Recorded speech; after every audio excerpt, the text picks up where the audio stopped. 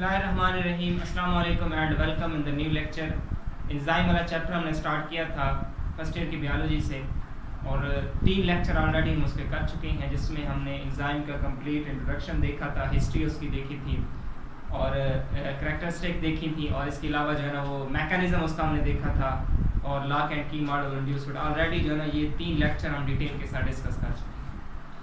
तो एंजाइम के हवाले से आज हमारा जिस तरह से हमने प्रीवियस लेक्चर में कहा था कि नेक्स्ट लेक्चर जो है वो बहुत ही इंपॉर्टेंट है एग्जामिनेशन पॉइंट ऑफ व्यू के हवाले से भी, और इसके साथ साथ जो है ना वो अंडरस्टैंड के लिए इंट्री टेस्ट के हवाले से भी जो है ना वो एमकैट के हवाले से भी ये जो क्वेश्चन है बहुत ही इंपॉर्टेंट है। तो ये जितने भी पाकिस्तान के बोर्ड है, फेडरल बोर्ड है, पंजाब बोर्ड है, बलूचिस्तान है, KPK है, कश्मीर है, सिंध है, जितने भी हैं, इनमें से जो मोस्ट एंजाइम वाले चैप्टर में से जो मोस्ट रिपीटेड क्वेश्चन होता है वो यही होता है कि factor affecting the rate of enzymation. 9th में भी ये चैप्टर नंबर 6 है और इसके साथ साथ जो फर्स्ट ईयर की बायोलॉजी उसमें भी चैप्टर नंबर जो है ना वो 3 है। तो मोस्ट आई थिंक जो मैं 5-6 साल से ये क्वेश्चन देख रहा हूँ कि यही क्वेश्चन जो है ना बार बार रिपीट होता है। तो चलते हैं जी अपने टॉपिक की तरफ। तो टॉपिक थोड़ा सा लेंथी हो सकता है, लेकिन आपने जो है ना इसको तवज्जो से देखना और एक एक जो पॉइंट है उसका आपने जो है ना उसको क्लियर करना है। अब फैक्टर में हमारे पास कौन से ऐसे फैक्टर होते हैं जो एंजाइम के रेट के ऊपर इफेक्ट करते हैं, उसमें से 4 हम फैक्टर देखेंगे। उसमें हम देखेंगे कि टेम्परेचर का इफेक्ट क्या होता है और इसके साथ साथ एंजाइम का इफेक्ट क्या होता है, कंसंट्रेशन सबस्ट्रेट कंसंट्रेशन का इफेक्ट क्या होता है और इसके साथ pH का जो है ना वो एंजाइम के रेट के ऊपर क्या इफेक्ट होता है। तो टॉपिक को स्टार्ट करने से पहले एक छोटी सी चीज़ है जिसको जो एक पूरे जो है ना वो टॉपिक में जो है ना वो आएगी और उसको समझना जो है ना ज़रूरी है। वो इसका मतलब वो होता है रेट ऑफ, यानी एंजाइम का जो रेट होता है या रिएक्शन का जो रेट होता है उसका मतलब क्या होता है कि substrate molecule catalyse in unit time, कि एक यूनिट टाइम में हमारे पास जितने सबस्ट्रेट मॉलिक्यूल कैटालाइज होते हैं उसको हम क्या कहते हैं जनाब, रेट कहते हैं। मिसाल के तौर पे एक एंजाइम E1 है, अब ये 1 सेकंड में इसके 100 मॉलिक्यूल जो है ये कैटालाइज हो रहे हैं, तो इसका जो रेट होगा ये क्या होगा, लो होगा। अब दूसरा एंजाइम है वो हमारे पास उसका जो है 1 सेकंड में उसके 1000 मॉलिक्यूल जो है ना उसको कैटालाइज कर रहे हैं, तो इसका रेट क्या होगा, हाई होगा। तो बढ़ते हैं जी, पहला हमारे पास जो इफेक्ट है वो हम देख लेते हैं और पहला इफेक्ट जो है वो हम देखते हैं जनाब टेम्परेचर का इफेक्ट, कि टेम्परेचर का रेट ऑफ रिएक्शन के ऊपर क्या इफेक्ट होता है। तो ये एक कंसेप्चुअल सा टॉपिक है, इसको जो है ना तवज्जो से देखना है आपने। और टेम्परेचर जो होता है, टेम्परेचर बेसिकली एंजाइम के रेट के डायरेक्टली प्रोपोर्शनल होता है, यानी इसका जो रेट होता है जनाब वो होता है एंजाइम के रेट के डायरेक्टली प्रोपोर्शनल। यानी टेम्परेचर हम ज्यादा होगा, अगर टेम्परेचर यहाँ पे मैं लिख देता हूँ, टेम्परेचर अगर होगा ज्यादा, ये जो ऊपर की तरफ एरो ये शो करता है कि टेम्परेचर यहाँ पे क्या ज्यादा है।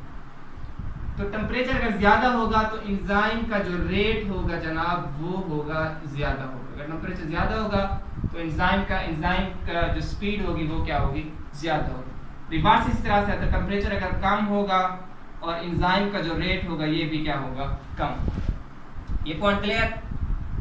अब जो दूसरा पॉइंट इसके साथ, दूसरा पॉइंट ये है कि अब टेम्परेचर ज्यादा होने से एंजाइम का रेट ज्यादा क्यों होता है, ये रीजन है। इसकी रीजन ये है कि जैसे जैसे हम टेम्परेचर बढ़ाते जाते हैं, फिजिक्स में हम अक्सर पढ़ते हैं कि टेम्परेचर बढ़ाने से मॉलिक्यूल की जो मोशन है वो क्या हो जाती है, हरकत क्या हो जाती है, ज्यादा हो जाती है। मिसाल के तौर पर एक एंजाइम का मॉलिक्यूल है, यहाँ पे मैं एंजाइम का मॉलिक्यूल ड्रा करता हूँ। तो ये जनाब हमारे पास एंजाइम का मॉलिक्यूल, और हमने ये देखा कि एंजाइम जो होते हैं वो बेसिकली प्रोटीन के बने होते हैं और इसमें होते हैं अमाइनो एसिड होते हैं। तो छोटे छोटे इसमें होते हैं अमाइनो एसिड होते हैं। तो ये होते हैं जनाब एंजाइम में अमाइनो एसिड होते हैं, यानी मॉलिक्यूल हैं या इलेक्ट्रॉन प्रोटॉन, ये सारे एटम हैं बेसिकली। अब जब हीट यहाँ ज्यादा होगी, जब हीट ज्यादा होगी तो एटम की जो वाइब्रेशन है या हरकत है वो हमारे पास क्या हो जाएगी, एटम की जो मोशन है, वो एटम की जो मोशन है वो क्या हो जाएगी, इंक्रीज हो जाएगी। एटम की मोशन में क्या हो जाएगी, इंक्रीज हो जाएगी। जैसे एटम की मोशन इंक्रीज होगी, दूसरा लफ्ज़ में कह सकते हैं जैसे हम हीट बढ़ाएंगे ना तो उसके अंदर जो एटम होंगे उनकी शोखी बढ़ जाएगी, ज़्यादा शोख हो जाएंगे, तो एटम की मोशन ज़्यादा हो जाएगी। इसका मतलब यह है कि इसमें जो काइनेटिक एनर्जी है, काइनेटिक एनर्जी में क्या हो जाएगा, इजाफा हो जाएगा।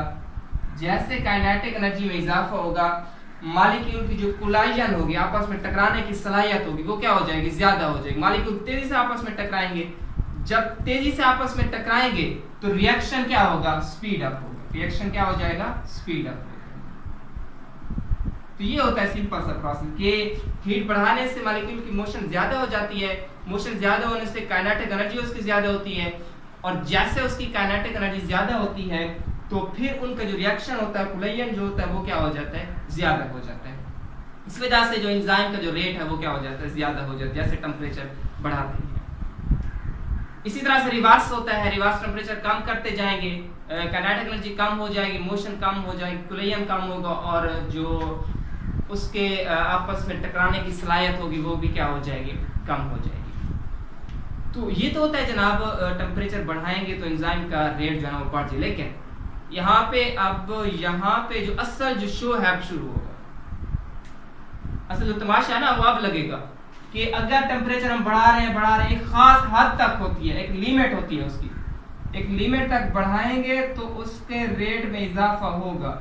लेकिन अगर इस लिमिट से आप क्रॉस करोगे फिर इजाफा नहीं होगा, फिर टेम्परेचर डिक्रीज हो जाएगा, फिर उसका जो रेट होगा वो क्या हो जाएगा, डिक्रीज। उसकी वजह क्या है, उसकी वजह ये है कि जैसे मिसाल के तौर पर हम किसी बर्तन के अंदर कोई चीज़ गर्म कर रहे हैं या पका रहे हैं चूल्हे के ऊपर, टेम्परेचर अगर नॉर्मल हद तक है वो चीज़ जो है पक जाती है। लेकिन अगर हमारा जो टेम्परेचर है बहुत ज़्यादा कर जाए, वो चीज़ क्या हो जाती है, जल जाती है। इसी तरह से एंजाइम क्या हो जाते हैं, एंजाइम के अंदर जो मॉलिक्यूल है टेम्परेचर अगर ज़्यादा करेंगे, बहुत ज़्यादा करेंगे, उनकी मोशन बहुत ज़्यादा बढ़ जाएगी, हरकत बहुत ज़्यादा बढ़ती जाएगी, और एक वक्त आएगा कि वो जो उनका जो कोलाइजन होगी बहुत ज़्यादा टकराव बढ़ जाएगा। जब बहुत ज़्यादा टकराव बढ़ जाएगा, एंजाइम का वो जो अमीनो एसिड होंगे वो क्या हो जाएंगे, डीनेचर हो जाएंगे, वो क्या हो जाएंगे, टूट जाएंगे। जब वो टूटेंगे तो उसका स्ट्रक्चर क्या हो जाएगा, वो डिस्ट्रॉय हो जाएगा। यानी जैसे हम टेम्परेचर फर्दर इंक्रीज करते हैं, टेम्परेचर हम ज़्यादा इंक्रीज करते हैं,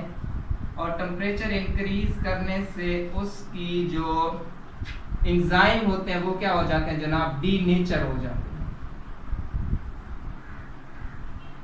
तो एंजाइम हमारे पास हो जाते हैं जी, डीनेचर हो जाए। डीनेचर को अब आप इंग्लिश में जो है ना अपनी जो गुलाबी इंग्लिश है उसमें कैसे कन्वर्ट करोगे, वो ये होता है कि जैसे आप if the temperature is high, further high, then the collision of a particle is more and more, and thus the structure of enzyme is destroyed. This is called denature of enzyme. अब हम देखते हैं जी इसकी graphical representation क्या होती है, क्योंकि अक्सर बुक्स के अंदर ना वो ग्राफ के जरिए जो है वो शो किया गया है। तो ग्राफ के हवाले से हम इसका देख लेते हैं। ग्राफ के लिहाज से किस तरह से होता है कि अगर टेम्परेचर इंक्रीज करें तो ग्राफिकल, और ये ग्राफ पेपर के अंदर आपने लाजमी बनाना है, अगर सवाल आ जाए ना तो ये आपने जो है ना लाजमी इस ग्राफ को ड्रा करना है। अब ग्राफ हम देख लेते हैं कि ये हमारे पास एक ग्राफ है, और यहाँ पे ये एक्स एक्सिस है इसका, और ये क्या है इसका, वाई एक्सिस है। अब एक्स एक्सिस के ऊपर हम यहाँ पे लिख देते हैं जी, यहाँ पे टेम्परेचर हम लिख देते हैं कि 10 है, 20 है, इसी तरह से ये 30 है, यहाँ पे 37 है, 40 है, 50 और इसी तरह 60, 70, 100, इसी तरह से हम टेम्परेचर जो है ना वही लिख देते हैं। यानी एक्स एक्सिस के ऊपर हमारा क्या मौजूद है, टेम्परेचर है, और वाई एक्सिस के ऊपर हमारा है जनाब, यहाँ हम इसका रेट लिख देते हैं। यहाँ पे 10 है, 20 है, 30 है, 40, 50, इसी तरह से ये क्या हो जाता है 100 तक जाता है रेट। अब एक्स एक्सिस के ऊपर हमने जो है इसका लिखा है जी टेम्परेचर लिखा है, और इसके ऊपर हमने रेट लिखा है। अब जैसे जैसे हम टेम्परेचर इंक्रीज करेंगे तो ये इस तरह से ग्राफ बनता है कि जैसे हम टेम्परेचर इंक्रीज करेंगे तो इसका जो रेट होगा ये भी क्या होता जाएगा, इंक्रीज होता जाएगा। मेरी ड्राइंग कुछ अच्छी नहीं है, आपकी जो है बेहतर होगी, आप जो है बेहतर बना लें इसको। तो जैसे जैसे सिंपली मैं आपको इसको समझा रहा हूँ, ये जैसे जैसे हम टेम्परेचर इंक्रीज करेंगे तो इसी तरह से हमारा जो इसका जो रेट है वो क्या होता जाएगा, बढ़ता जाएगा। लेकिन जब एक खास हद आएगी, उस हद के बाद हम टेम्परेचर फर्दर इंक्रीज करेंगे तो हमारा रेट क्या हो जाएगा, डिक्रीज हो जाएगा। यानी आप ये देखें कि हमने टेम्परेचर इंक्रीज किया और टेम्परेचर जैसे इंक्रीज कर रहे हैं तो हमारा जो रेट है वो क्या हो रहा है, बढ़ रहा है। यानी 37 डिग्री सेंटीग्रेड तक 37 डिग्री सेंटीग्रेड तक जो रेट होता है वो क्या होता है, मैक्सिमम होता है। और ये जो मैक्सिमम रेट होता है इसको हम कहते हैं जी ऑप्टिमम टेम्परेचर।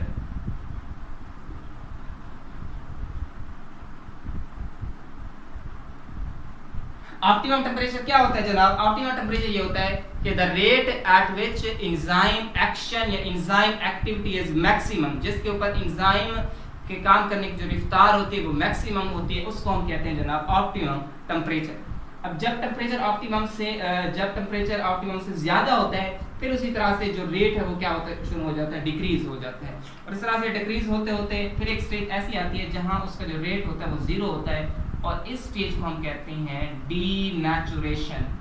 ये एक ऐसी स्टेज होती है जिस पर अमाइनो एसिड जो है ना वो जल जाते हैं, खत्म हो जाते हैं, तबाह हो जाते हैं, और एंजाइम का जो ग्लोबुलर स्ट्रक्चर है वो भी क्या हो जाता है, तबाह हो जाता है, और अब मजीद जो सबस्ट्रेट हैं वो प्रोडक्ट में चेंज नहीं होते। तो इस पॉइंट को हम कहते हैं डीनेचुरेशन कहते हैं। तो ये हमारे पास एंजाइम के हवाले से क्लियर हो गया कि एंजाइम क्या होता है, कि एंजाइम के हवाले से होता है कि अगर हम टेम्परेचर बढ़ाएंगे एंजाइम का रेट बढ़ेगा, टेम्परेचर कम करेंगे एंजाइम का रेट कम होगा। उसकी वजह क्या है कि टेम्परेचर बढ़ाने से काइनेटिक एनर्जी, मॉलिक्यूल की मोशन ज्यादा हो जाती है, मॉलिक्यूल्स का टकराव कुलयन ज्यादा हो जाता है, रेट ऑफ रिएक्शन ज्यादा हो जाता है। तो इसी वजह से जो एंजाइम का रेट है वो क्या हो जाता है, बढ़ जाता है। और रिवर्स इस तरह से होता है, टेम्परेचर कम करेंगे तो एंजाइम एक्शन क्या हो जाता है, कम हो जाता है।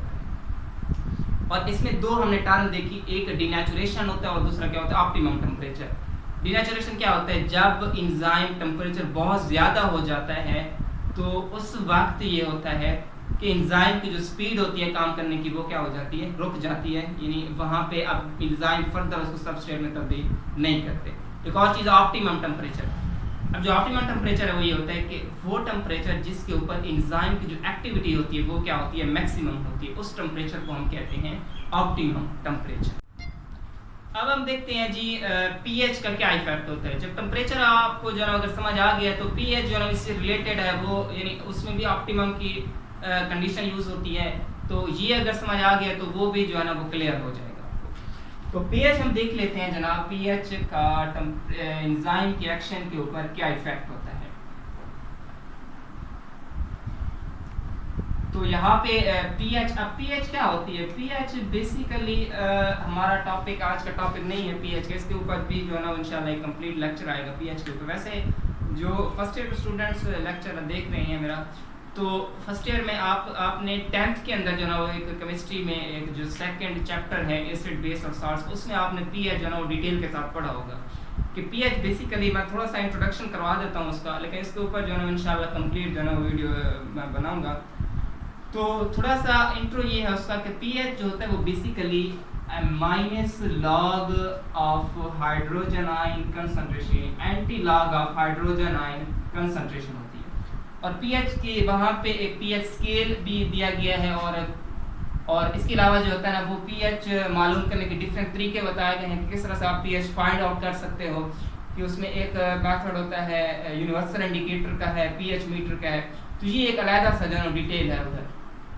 अब सिंपली ये है कि मैं आपको ये अंडरस्टैंड करवा देता हूँ कि सिंपली ये है कि पीएच जो होती है, पीएच बेसिकली 1 से लेकर 14 तक जाती है। स्केल होती है जिसमें 1 2 3 4 5 6 इसी तरह से 7 और 8 9 10 11 12 13 और 14। तो ये पीएच एक स्केल होती है। अब पीएच स्केल पे क्या होता है, अब यहाँ पे जो 7 होता है, इस 7 पे ये होता है न्यूट्रल। तो 7 जो होता है ये क्या होता है, न्यूट्रल होता है। जैसे जैसे हम 7 से कम आएंगे तो ये उसकी एसिडिटी बढ़ती जाती है, 7 से आगे जाएंगे तो इसकी बेसिक क्या होती है, बेसिक कैरेक्टर अल्कलाइन कैरेक्टर क्या होता जाता है, बढ़ता जाता है। यानी अगर किसी की पीएच 6 होगी तो वो एसिड होगा, जैसे हम नीचे आएंगे तो उसकी अगर 4 होगी तो इसकी स्ट्रेंथ ज्यादा होगी, इस तरह 2 होगी तो उसकी स्ट्रेंथ उससे ज्यादा होगी। तो जैसे 7 से कम पीछे आते जाएंगे तो एसिड की ताकत बढ़ती जाती है, 7 से आगे जाएंगे तो बेस की ताकत क्या होती जाती है, बढ़ती जाती है। तो खैर ये हमारा टॉपिक नहीं है। हमारा जो टॉपिक है वो ये है कि एंजाइम पीएच जो होती है वो जनाब किस तरह से एंजाइम के रेट को कम करती है, बढ़ा देती है। अब यहाँ पे एक चीज़ गौर से सुने कि पीएच जो होती है, हमने ये देखा है कि एंजाइम जो होते हैं, एंजाइम का स्ट्रक्चर हमने ड्रा किया, दोबारा मैं इसको ड्रा कर देता हूँ कि एंजाइम जो होते हैं जनाब, एंजाइम बेसिकली बने होते हैं प्रोटीन के, और प्रोटीन के अंदर होते हैं अमाइनो एसिड। अब प्रोटीन के अंदर होते हैं अमाइनो एसिड। अब अगर पीएच आप चेंज करोगे तो अमाइनो एसिड का स्ट्रक्चर क्या हो जाएगा, चेंज हो गया।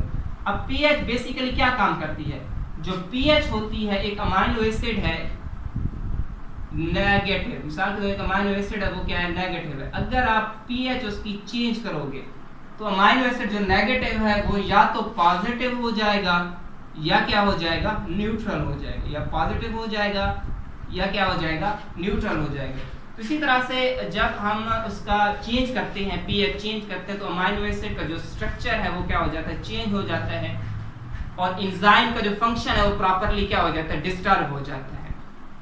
और इसके साथ एक और चीज होती है, एक टर्म जो यूज होती है उसमें, वो होती है ऑप्टिमम पीएच। ऑप्टिमम पीएच क्या होती है, जिस तरह से हमने देखा है ऑप्टिमम टेम्परेचर होता है जिसके ऊपर, वो टेम्परेचर जिसके ऊपर एंजाइम का जो वर्क होता है वो मैक्सिमम होता है, उसको हम कहते हैं ऑप्टिमम टेम्परेचर। इस तरह से ऑप्टिमम पीएच होती है वो पीएच जिसके ऊपर एंजाइम मैक्सिमम काम करता है, जिसके ऊपर रेट ऑफ एंजाइम मैक्सिमम होता है। अब इसको आप अपनी जो सुर्ख है, गुलाबी है, आप उसको इंग्लिश में कन्वर्ट करोगे, आप ये कहोगे कि the rate the pH eight which the rate of enzyme is maximum, उसको हम क्या कहेंगे, ऑप्टिमम पीएच कहेंगे। तो ये तो होती है जनाब ऑप्टिमम पीएच होती है। अब मिसाल के तौर पर इसकी एग्जांपल है, इसके एग्जांपल कुछ इस तरह से हैं कि मिसाल के तौर पर एक एंजाइम है पेप्सन। पेप्सन जो कि प्रोटीन की डाइजेशन करता है और स्टमक के अंदर पाया जाता है, उसकी जो पीएच होती है वो होती है 2.0, यानी इस एसिडिक, हाईली एसिडिक होती है, इसके अंदर वो मैक्सिमम काम करता है। और इसी तरह से एक हमारे पास होता है जी, उसका नाम होता है सलाइवरी अमाइलेज।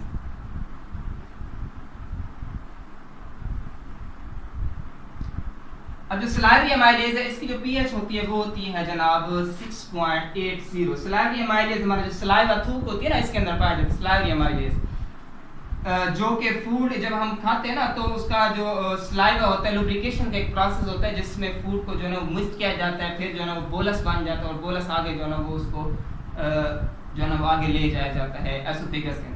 तो सलाइवरी अमाइलेज की जो पीएच होती है अल्कलाइन मीडियम के अंदर, यानी इसको अल्कलाइन नहीं होता, ये बेसिकली न्यूट्रल होता है, क्योंकि 7 तक तो न्यूट्रल होती है ना, तो न्यूट्रल पीएच पर ये काम करता है। इस तरह से एक और एंजाइम की अगर हम एग्जांपल है वो होता है जनाब लाइपेज एंजाइम। लाइपेज एंजाइम काम करता है बेसिकली 8 से 9 पीएच, यानी इसकी जो पीएच होती है वो होती है 8 से 9, यानी 8 से 9 पीएच तक ये बेहतर तरीके से काम करता है। तो पीएच हमने ये देखा है, पीएच बेसिकली क्या होती है, हर एंजाइम को काम करने के लिए एक स्पेसिफिक पीएच की जरूरत होती है। अगर आप पीएच चेंज करोगे तो एंजाइम की जो एक्टिविटी होगी, उसका जो रेट होगा वो भी क्या हो जाएगा, डिस्ट्रॉय हो जाएगा, तबाह हो जाएगा, और एंजाइम का रेट क्या हो जाएगा, कम हो जाएगा। और इसी तरह से क्योंकि जो पीएच होती है वो अमाइनो एसिड के स्ट्रक्चर को चेंज कर दे, और ऑप्टिमम पीएच क्या होती है, जिसके ऊपर एंजाइम की जो एक्टिविटी होती है वो मैक्सिमम होती है, उसको हम कहते हैं जनाब ऑप्टिमम पीएच। तो ये तो हो गया जनाब पीएच। इसके साथ आगे हम देखते हैं जी, वो हमारे पास जो नेक्स्ट इसका है वो होता है एंजाइम कंसंट्रेशन। हम देख लेते हैं, नेक्स्ट हम देख लेते हैं जनाब एंजाइम कंसंट्रेशन। एंजाइम कंसंट्रेशन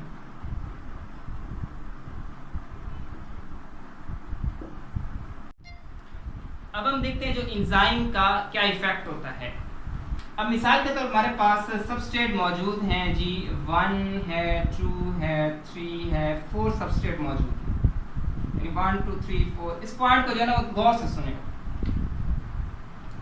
अब ये एंजाइम मौजूद है हमारे पास, एक एंजाइम है और इसके साथ जो है ना वो सपोज एक एंजाइम मौजूद है। अब एक एंजाइम मौजूद है, एक सबस्ट्रेट आएगा, एक सबस्ट्रेट एक्टिव साइट से अटैच होगा और एक्टिव साइट से जब अटैच होगा तो ये इसको जो है ना वो चेंज कर देगा, यानी एक प्रोडक्ट के अंदर इसका जो रेट होगा क्या होगा 1, यानी एक सेकंड में क्या बन रहा है, सपोज एक सेकंड में ये एक जो है ना प्रोडक्ट बना रहे हैं। अब इसी तरह से हमारा जो है ना वो एंजाइम हम ऐड कर देते हैं, दूसरा एंजाइम लेकर आते हैं। हमारे पास एक एंजाइम है, यहाँ पे हम जो है ना वो दूसरा एंजाइम लेकर आते हैं। जब हम दूसरा एंजाइम लेकर आए, अब दूसरा जो सबस्ट्रेट होगा वो इसके साथ अटैच होगा, अब इसको किस में तब्दील कर देगा, अब यहाँ पे जो रेट होगा, यहाँ पे रेट क्या होगा 2 होगा। पहले एक था क्योंकि एक एंजाइम था, एक सबस्ट्रेट को कन्वर्ट करता तो यहाँ पे 2 होगा। अब इस तरह से हम तीसरा एंजाइम मैं यहाँ पे ले आता हूँ, तो यहाँ पे जो तीसरा एंजाइम होगा, तो अब तीसरा एंजाइम जो तीसरा सबस्ट्रेट है वो तीसरे एंजाइम के साथ अटैच होगा और अटैच होने के साथ अब यहाँ पे जो इसका रेट होगा वो जनाब इसका रेट हो जाएगा 3 हो जाएगा। इस तरह से चौथा अगर एंजाइम लेकर आता हूँ मैं, तो यहाँ पे जो चौथा एंजाइम अगर मैं लेकर आता हूँ, तो चौथा एंजाइम है, चौथा जो सबस्ट्रेट है वो इसके साथ अटैच होगा और इस तरह से इसका जो रेट होगा वो जनाब हो जाएगा 4 हो जाएगा। तो यहाँ पे पॉइंट क्लियर कर ले, यहाँ पे हमने ये देखा है कि जैसे जैसे हम एंजाइम को बढ़ाते जा रहे हैं उसका जो रेट है वो क्या होता जा रहा है, बढ़ता जा रहा है। यानी एंजाइम को बढ़ाने से उसका रेट क्या हो रहा है, बढ़ रहा है। लेकिन अब दूसरा कंडीशन क्या है, दूसरी कंडीशन ये है कि सबस्ट्रेट हमारे यही का यही है, इसको हम नहीं बढ़ा रहे, ये कांस्टेंट है, इसको हम कांस्टेंट रख रहे हैं। अब हम एंजाइम को जो है ना वो मजीद फर्दर बढ़ा रहे हैं, एंजाइम हमारे पास क्या होते जा रहे हैं, बढ़ रहे हैं। फिर क्या होगा, फिर ये होगा कि अब तो कोई हमारे पास सबस्ट्रेट मौजूद ही नहीं है जो इसके एक्टिव साइट के साथ अटैच हो, तो फिर भी रेट क्या रहेगा 4 रहेगा। यानी अब एंजाइम अगर हम बढ़ा रहे हैं, सबस्ट्रेट कांस्टेंट है, तो फिर क्या होगा, फिर इसका जो रेट होगा वो क्या रहेगा, वही कांस्टेंट रहेगा। तो ये तो होता है जी एंजाइम कंसंट्रेशन। एंजाइम कंसंट्रेशन क्या होती है कि इनिशियली अगर सबस्ट्रेट ज्यादा है, एंजाइम कम है, एंजाइम के रेट को बढ़ाएंगे तो इसका रेट क्या हो जाएगा, बढ़ जाएगा। लेकिन अगर सबस्ट्रेट वही है, ठीक है ना, सपोज 4 सबस्ट्रेट है, एंजाइम जो है ना उसको बढ़ा रहे हैं तो सबस्ट्रेट तो वही है, तो फिर उसका जो रेट होगा बढ़ेगा नहीं, बल्कि उसका रेट क्या रहेगा, कांस्टेंट रहेगा। तो ये तो होता है एंजाइम का कंसंट्रेशन होती है। इसी तरह इसी के साथ हम देख लेते हैं, लास्ट हमारा है वो हम देख लेते हैं, वो होता है जी सबस्ट्रेट कंसंट्रेशन। तो इसी एग्जांपल से हम इसको समझ लेते हैं, सबस्ट्रेट कंसंट्रेशन। सबस्ट्रेट कंसंट्रेशन क्या होती है, सबस्ट्रेट वो चीज होती है जो कि एक्टिव साइट के साथ अटैच होती है, उसको हम क्या कहते हैं, सबस्ट्रेट कहते हैं। अब मिसाल के तौर पर ये है कि हमारे पास ये एक सबस्ट्रेट मौजूद है, मिसाल के तौर पर एक सबस्ट्रेट मौजूद है, तो यहाँ पे जो रेट होगा ये एंजाइम के साथ अटैच होगा, तो यहाँ पे जो रेट होगा वो क्या होगा, 1 होगा। एक सबस्ट्रेट है, एक एक्टिव साइट के साथ अटैच होगा, यहाँ रेट क्या होगा, 1 होगा। दूसरा सबस्ट्रेट ले आते हैं, सबस्ट्रेट बढ़ा देते हैं जी, तो सबस्ट्रेट बढ़ा देंगे तो फिर क्या होगा, फिर उसका रेट क्या हो जाएगा, डबल हो जाएगा, 2 हो जाएगा। तीसरा जो है ना, तीसरा हम सबस्ट्रेट ले आते हैं, फिर उसका रेट क्या हो जाएगा, तीसरे एक्टिव साइट के साथ अटैच होगा और इसका रेट क्या हो जाएगा, 3 हो जाएगा।